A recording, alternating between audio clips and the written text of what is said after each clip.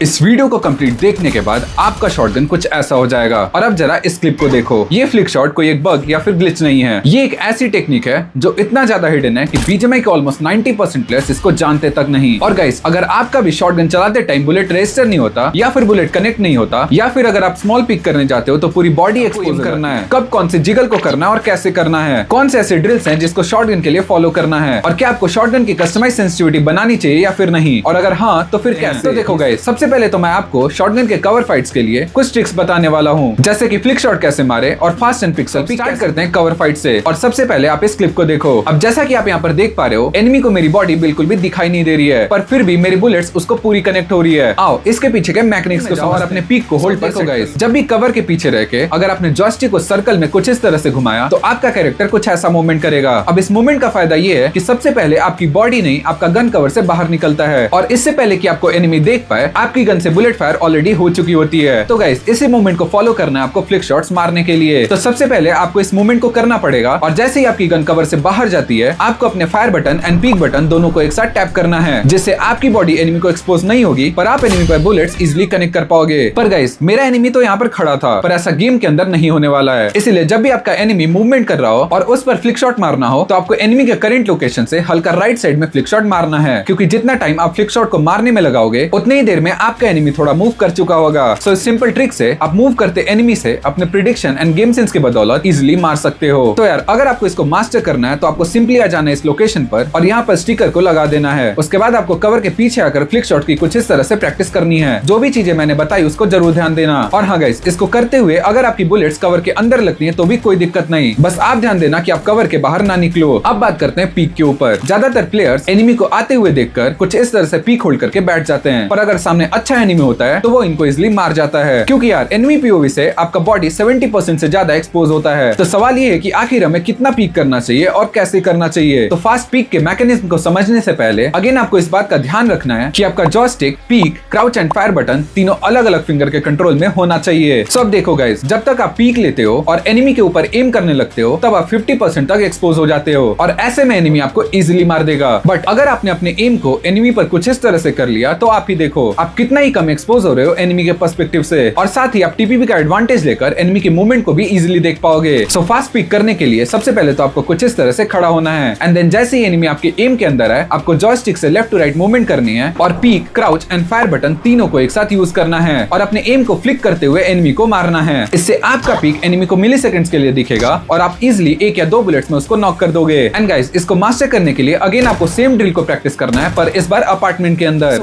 अभी तक हमने राइट साइड आने वाले एनिमी पर फ्लिक शॉट और पिक्सल पीक को मास्टर किया, पर अब बारी है लेफ्ट एंगल फाइट्स की। तो देखो गाइस, लेफ्ट साइड से फ्लिक शॉट या पिक्सल पीक मारना बहुत ज्यादा मुश्किल है। ऐसा इसलिए क्योंकि इसमें आपका बॉडी पहले एक्सपोज होता है, ना कि आपका एम। लेकिन फिर भी अभी जो मैं आपको बताने वाला हूँ उससे आप अपनी बॉडी को बहुत कम से कम एक्सपोज कर पाओगे। सो इसके लिए सबसे पहले आपको लेफ्ट पीक करते हुए एनिमी की पोजीशन को ध्यान से ऑब्जर्व करना है, एंड देन आपको एफपीपी पर स्विच होना है और जॉयस्टिक को कुछ इस एंगल पर होल्ड करना है, और फिर आपको कोशिश करनी है फ्लिक शॉट्स मारने की। अब चाहे आपकी बुलेट्स एनिमी पर कनेक्ट हो या फिर ना हो, आपको तुरंत फ्लिक शॉट मारकर कवर के अंदर आना ही पड़ेगा, एंड इसी प्रोसेस को आपको इंस्टेंटली एनिमी के प्री फायर से बचते हुए करना है। सो इसको मास्टर करने के लिए जो ड्रिल है वो काफी ज्यादा देखने में सिंपल है पर करने में मुश्किल। सो आपको डमी के आगे एक व्हीकल को पार्क करना है और कुछ इस तरह से फ्लिक शॉट्स की प्रैक्टिस करनी है। और अब बात करें लेफ्ट एंगल पिक्सल पीक की, तो भाई सिंपल सा जवाब है, लेफ्ट साइड में आप पिक्सल पीक दे ही नहीं सकते हो। तो मैं तो आपको यही रिकमेंड करूंगा कि कभी भी लेफ्ट साइड पीक करके एनिमी को नॉक डाउन करने की कोशिश मत करना। हाँ, आप थोड़े बहुत डैमेज को दे सकते हो, पर अगर लंबा पीक किया तो एनिमी आपको इजीली मार देगा। अभी तक हमने कवर फाइट्स को मास्टर किया, पर अब बारी है ओपन फाइट्स की, और यह काफी सिंपल है इसको मास्टर करना, क्योंकि आपको सिर्फ 4 बातों का ही ध्यान रखना है। सबसे पहला है क्रॉस हेयर, दूसरा है टैप स्पीड, तीसरा है रिकॉइल, और चौथा है jiggle. And trust me guys, आप लोग से मैक्सिमम प्लेयर को शॉटगन की रिकॉइल कंट्रोल करना तो आता ही नहीं होगा, और इसी वजह से आपके बुलेट्स एनिमी को कनेक्ट ही नहीं होती। पर अगर आपने इन चारों चीजों को मास्टर कर लिया तो आपका शॉटगन भी ई स्पोर्ट्स प्लेयर के जैसा बन जाएगा। सो अब स्टार्ट करते हैं क्रॉस हेयर से। सो सबसे पहले तो आपको अपने क्रॉस हेयर को एनिमी के चेस्ट लेवल पर रखना है, और हाँ, शॉटगन की फाइट हमेशा क्लोज एंड में ही होती है। इसका मतलब है कि आपको अपने क्रॉस हेयर को लेफ्ट या राइट साइड में नहीं, बिल्कुल एनिमी पर लॉक इन रखना पड़ेगा। सो अब इसको मास्टर करने के लिए आपको आना इस लोकेशन पर और कुछ ऐसे सेटिंग्स को अप्लाई करके सामने दिए गए टारगेट्स को ट्रेस डाउन करना है बिना फायर किए। पहले अपने थंब फायर बटन को इनेबल करना पड़ेगा, और इससे आपको एम की स्टेबिलिटी देखने को भी मिल जाएगी। पर हाँ, अगर आप इंडेक्स फिंगर प्लेयर हो और उसी से टैप फायर फास्टली कर पाते हो तो भी कोई बात नहीं, उससे भी काम चल जाएगा। अब इसको मास्टर करने के लिए आप सिंपली इन के आगे प्रैक्टिस कर सकते हो, जैसे कि मैं कर पा रहा हूँ। चलो अब बारी है रिकॉइल कंट्रोल के सीक्रेट को जानने की। सो बीजीएमआई में ज्यादातर प्लेयर्स शॉटगन यूज करते टाइम रैंडमली और फास्ट टैप टैप करते रहते हैं, जिससे उनका शॉटगन का रिकॉइल बढ़ते ही जाता है और वो कंट्रोल करना बिल्कुल भूल जाते हैं। और इसमें सबसे बड़ा प्रॉब्लम ये है कि आपकी एम धीरे धीरे शेक होने लगती है। तो यार शॉटगन को फायर करते टाइम आपको अपने रिकॉइल को वैसे ही कंट्रोल करना है जैसे आप एआर गन्स के लिए करते हो, यानी कि फायर करते टाइम अपने डिवाइस को टिल्ट डाउन करना। एंड इसको मास्टर करने के लिए आपको इन टारगेट्स को ऊपर से नीचे तक ट्रेस डाउन करना है। एंड ट्रस्ट मी गाइस, ये बहुत ज्यादा इफेक्टिव ड्रिल होने वाली है। अब आखिरी में बात करते हैं शॉटगन को यूज करते हुए जिगल कौन सी देनी चाहिए। तो देखो इसका सिंपल सा जवाब है, आपको मिक्स जिगल का यूज करना है। बहुत सारे लोग कभी कभी लॉन्ग जिगल देने लगते हैं, कभी कभी शॉर्ट जिगल और कभी कभी मिड जिगल। इससे उनकी जिगल काफी ज्यादा प्रिडिक्टेबल हो जाती है और एनिमी इजिली ट्रेस डाउन कर सकता है। पर आपको शॉटगन यूज करते टाइम एक ही 1v1 में आपको सारे टाइप्स के जिगल को मिक्स करके यूज करना है। मतलब कभी आप शॉर्ट प्लस लॉन्ग जिगल दे रहे हो तो कभी आप लॉन्ग जिगल के साथ वन साइडेड जिगल मिक्स कर दे रहे हो। ऐसे में आप काफी ज्यादा अनप्रिडिक्टेबल बन जाओगे। और यार इसको मास्टर करने का काफी ज्यादा सिंपल ड्रिल है। आपको इस सेटिंग को ऑन करना है और दिए हुए टारगेट्स को कुछ इस तरह से ट्रेस डाउन करना है। ध्यान रहे सारे टाइप को जिगल को मिक्स करते रहना। और अब बात करते हैं सबसे कॉमन डाउट पर, क्या हमें शॉटगन की अलग से कस्टमाइज सेंसिटिविटी बनानी चाहिए? तो यार देखो इसका सिंपल सा जवाब है हाँ। अब देखो मैं आपको इसका रियलिटी बताता हूँ। बहुत सारे प्लेयर्स ओवरऑल सेंसिटिविटी पर ही शॉटगन चलाते हैं और इसमें कोई बुराई नहीं है। पर अगर आप कस्टमाइज सेंसिटिविटी बना लेते हो तो आपकी शॉटगन पहले से थोड़ी ज्यादा इंप्रूव हो जाएगी। क्योंकि यार देखो एयर गन्स और शॉर्ट गन्स में काफी ज्यादा अंतर देखने को मिलता है। तो यार आपको शॉटगन की कस्टमाइज सेंसिटिविटी तो बना लेनी चाहिए। पर आखिर कैसे, इसका जवाब मैं आपको इस वीडियो में नहीं देने वाला हूँ।